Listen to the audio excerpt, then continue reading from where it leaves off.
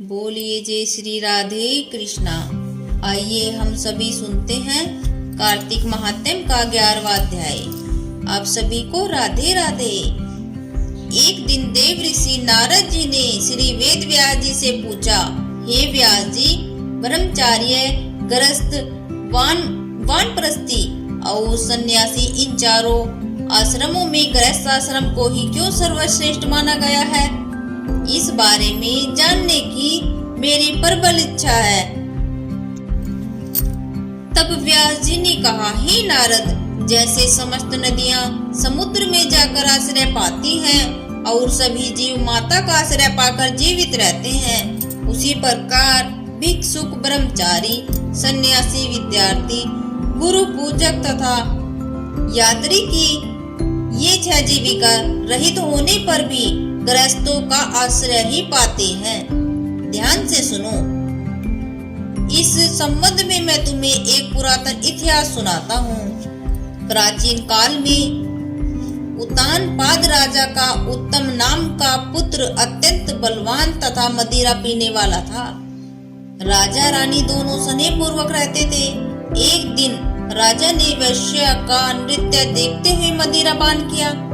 साथ ही अपनी स्त्री से भी मदिरा पीने का आग्रह किया, परंतु रानी ने उसका कहना नहीं माना। तब राजा ने क्रोधित होकर अपने सेवकों को निर्जन वन में रानी को छोड़ आने की आज्ञा दी। अनुचरों ने राजा की आज्ञा का पालन किया। इसके पश्चात राजा ने दूसरा विवाह नहीं किया। रानी के वियोग को सहन करते हुए राजा प्रजा का पुत्र के समान पालन करने लगा। एक दिन एक ब्राह्मण ने राजा उतानपाद के समीप आकर निवेदन किया, हे राजन, मेरी स्त्री का किसी ने अपहरण कर लिया है। इस कारण मैं अत्यंत दुखी हूँ। आप मेरी पत्नी को तलाश करवाकर मुझे वापस दिलाने की व्यवस्था करें। राजा ने कहा, हे महाराज, मुझे नहीं मालूम कि आपकी स्त्री को कौन, किधर और कहाँ ले गया है।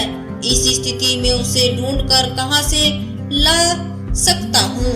यह सुनकर ब्राह्मण बोला, राजन, छठा भाग करके के रूप में प्राप्त करने के कारण आप प्रजा के रक्षक हैं। मेरी स्त्री अपने घर में सो रही थी, वहाँ से उसे कोई हर ले गया है। अतएव आपका कर्तव्य है कि आप उससे कहीं से भी ढूंढ कर लाएं। राजा ने कहा, हे विप्र, मैंने आपकी स्त्री को कभी नहीं देखा है और न ही मैं यह जानता हूँ कि वह कैसे रंग रूप व स्वभाव वाली है। तब मैं उसे कैसे खोज सकता हूँ? यह सुनकर ब्राह्मण बोला, यद्यपि वह कर्कश स्वभाव की है, कठोर वचन बोलती है, काले रंग की और कुरूपा है, यद्यपि मैं उसकी निंदा नहीं करता, क्योंकि वह मेरी पत्नी अर्थात अर्धांगिनी है।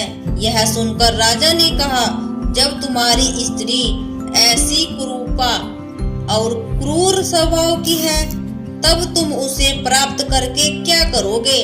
उसके स्थान पर मैं तुम्हें अत्यंत सुंदर, सुशील स्वभाव की अन्य स्त्री दे सकता हूँ। ब्राह्मण ने कहा, राजन, मेरी पत्नी मेरे धर्म कर्म की अर्धांगिनी है, अतः उसकी रक्षा करना मेरा परम धर्म है। जो पुरुष अपनी स्त्री की सुरक्षा नहीं करता, उसके वर्ण संस्कर संतान उत्पन्न होती है और उसके पितर नरकवासी होते हैं। वैश्यगामी पुरुष का कल्याण कभी नहीं हो सकता।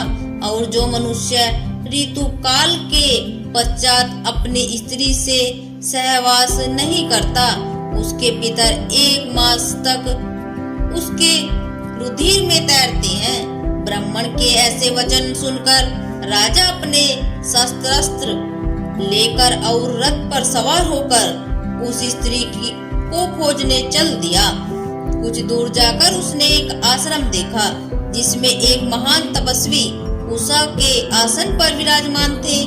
राजा के आश्रम में आया देखकर भी ऋषि ने उसका कोई आदर सत्कार नहीं किया।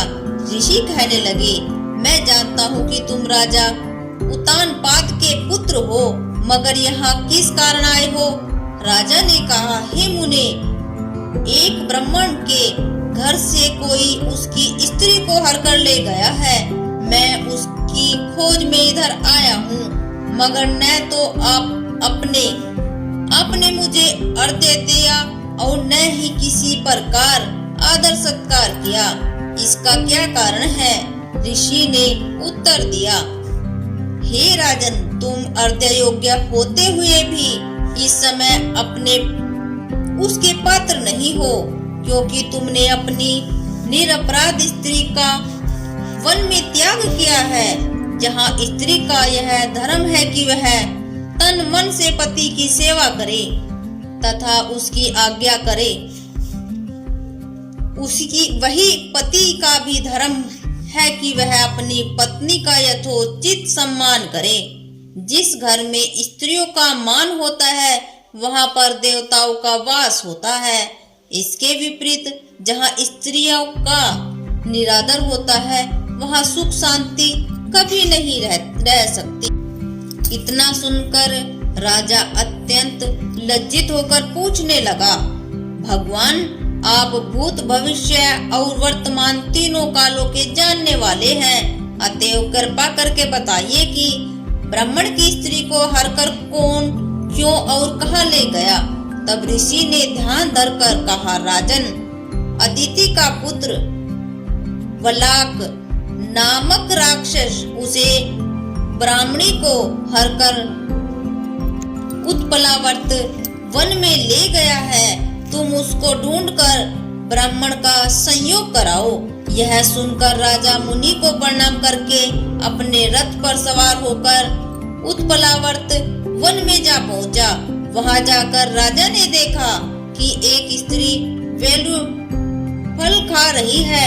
ब्राह्मण ने जैसा बताया था वैसा ही रंग रूप देखकर राजा ने उसे पहचान लिया और कहा, हे कल्याणी, तुम कौन हो और इस वन में क्यों आई हो? तब ब्राह्मणी बोली, मैं अति रात्र की पुत्री तथा विलास पुत्र की स्त्री हूँ। मैं अपने घर में सो रही थी कि वलाक नामक राक्षस अपहरण करके मुझे यहाँ ले आया है। यहाँ लाने के बाद उसने न तो मुझे किसी प्रकार का कष्ट दिया है और न मेरा सतीत्व नष्ट करने का प्रयत्न किया है। इतना होने पर भी अपने पति के वियोग के कारण मैं अत्यंत दुखी हूँ। राजा ने पूछा, हे ब्राह्मणी, वह राक्षस कहाँ गया है? तब ब्राह्मणी ने बताया कि वह इस वन के अमुक स्थान पर गया है। जब राजा ब्राह्मणी द्वारा बताए स्थान पर पहुंचा तो राक्षस देखते ही राजा के चरणों में गिरकर बोला, राजन, मेरे लिए क्या आज्ञा है? तब राजा ने कहा, अरे निशाचर, तू ब्राह्मणी को हर कर क्यों लाया है? यदि तू इसके साथ विवाह करना चाहता है तो यह अत्यंत कुरूपा है, और यदि तेरी खाने की इच्छा हो तो वैसा कहे। तब राक्षस कहने लगा, हे राजन, मेरे घर में अनेक रूपवती अप्सराएं हैं। उनके अतिरिक्त मैंने कभी किसी स्त्री से भोग की इच्छा नहीं की और न मैं मांस भक्षण करता हूँ। मैं तो पूर्व जन्म के पापों का प्रायश्चित कर रहा हूँ। इस ब्राह्मणी का पति राक्षसों को मारने का मंत्र जानता है। जब हम यज्ञ का अन्न ग्रहण करने के लिए जाते हैं तो वह हमको भगा देता है, क्योंकि यज्ञों का आचार्य वही बनता है। इसी कारण उस ब्राह्मण को दुखित करने के लिए मैं उसकी स्त्री को हर लाया हूँ। शास्त्रों के नियम अनुसार स्त्री के बिना पुरुष को धार्मिक कर्म करने का अधिकार नहीं है, अतः वह अब यज्ञों में आचार्य नहीं बनता। राक्षस के ये वचन सुनकर राजा ने विचार किया कि यह भी परोक्ष रूप से मेरी ही निंदा कर रहा है। मुनि ने भी स्त्री का त्याग करने के कारण मुझे अर्घ्य योग्य नहीं माना है। तभी राजा को विचार मग्न देखकर राक्षस कहने लगा, हे राजन, मैं आपकी प्रत्येक आज्ञा का पालन करूंगा। आप आज्ञा दीजिए। इतना कहकर वह हाथ जोड़कर खड़ा हो गया। राजा ने कहा, हे निशाचर, तुम इस ब्राह्मणी को इसके घर पहुंचा दो और उसके बाद जब भी मैं याद करूं तुम मेरे पास आ जाना। इतना सुनते ही वह राक्षस ब्राह्मणी को लेकर उसके घर छोड़ने चला गया।